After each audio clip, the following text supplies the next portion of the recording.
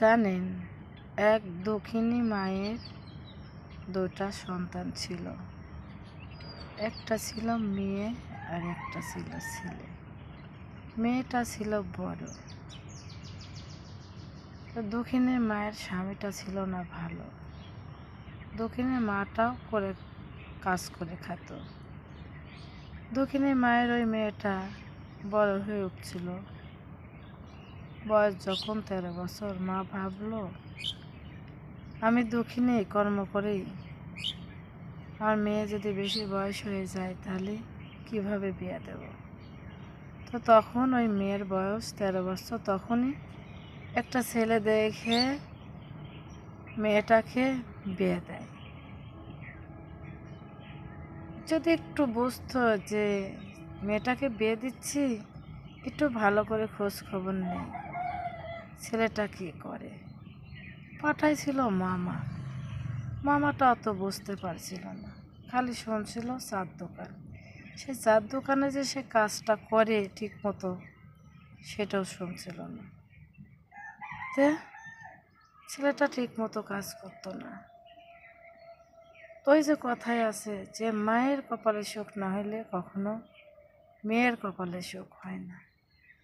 তো এমনি করতে করতে মেয়ের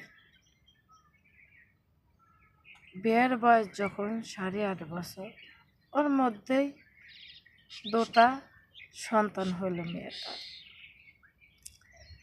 তো চার দোকানে তো ঠিক মতো কাজ করে না। তো একদিন মেয়েটা পড়ার মাঝেই যে তুমি এরকম সংসারে কষ্ট দেয়, এভাবে কিভাবে চলবে। তো মেয়েটার স্বামী আবার রিক্সা চালাতে গেল। তো রিক্সা নিয়েও যাই দোকানেতে টিভি দেখতে বসে, ঠিক মতো কাজ করে না। তো ছোট ছেলেটা যখন হলো, তার বয়স 7 দিন, জন্ডিস নিয়ে হলো। মেয়েটারও সন্তানেরও জন্ডিস, মায়েরও জন্ডিস।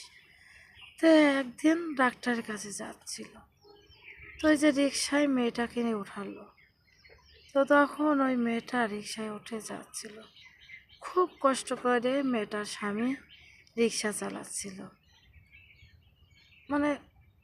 এতটাই কষ্ট লাগতেছে মেয়েটার, যে এমনি করে পাও গাড়ি দিয়ে চলা, এর জন্য মনে হয় কষ্ট হয়, কাজটা ঠিক মতো করে না, এর জন্য বসে থাকে। আমাকে সপ্তাহে, মেয়েটা ভাবলো আমাকে এর জন্য সপ্তাহে 2 দিন 1 দিন আমার খাবার সংসার চালানোর খরচ, চাল ডাল আনি না।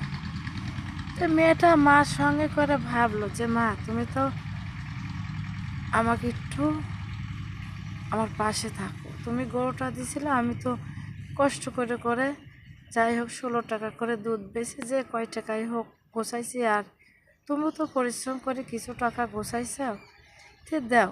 তো আমার বাড়ি মেয়েটার বাড়ির পাশে একজন বাড়ি থেকে আসলো, তার সঙ্গে কথা বললো। তো তখন তো বাইরে যাইতে বেশি টাকা লাগতো না, 90,000।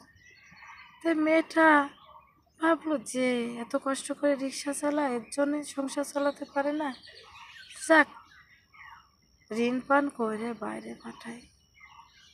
বাস মেয়েটা বাইরেও পাঠালো, কিন্তু সে যে বাইরে যাওয়ার পরেও যে নিয়ে গেল, সে 1-1.5 বছরের মতো তিনি কোম্পানি দিল, বেতন দিল না। তো মেয়েটা কী করবে, খোঁজ, তখন তো আর এরকম আধুনিক মতো যোগ নাই যে ফোন করে সেরকম কথাবার্তা এরকম ছিল না।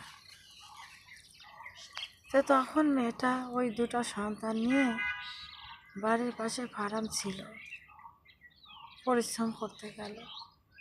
যদি গরুগুলো বেশি, গরুটা যে দুটা গরু ছিল, যদি বেশি স্বামীকে বাইরে না পাঠাতো তাহলে গরুটাই পালতো। তো গরু বিক্রি করে বাইরে পাঠা দিল। কী করবি, তখন ওই দুটা সন্তান দিয়ে পরিশ্রম করতে গেল। পরিশ্রম করতে করতে 1.5 বছর চলে গেল।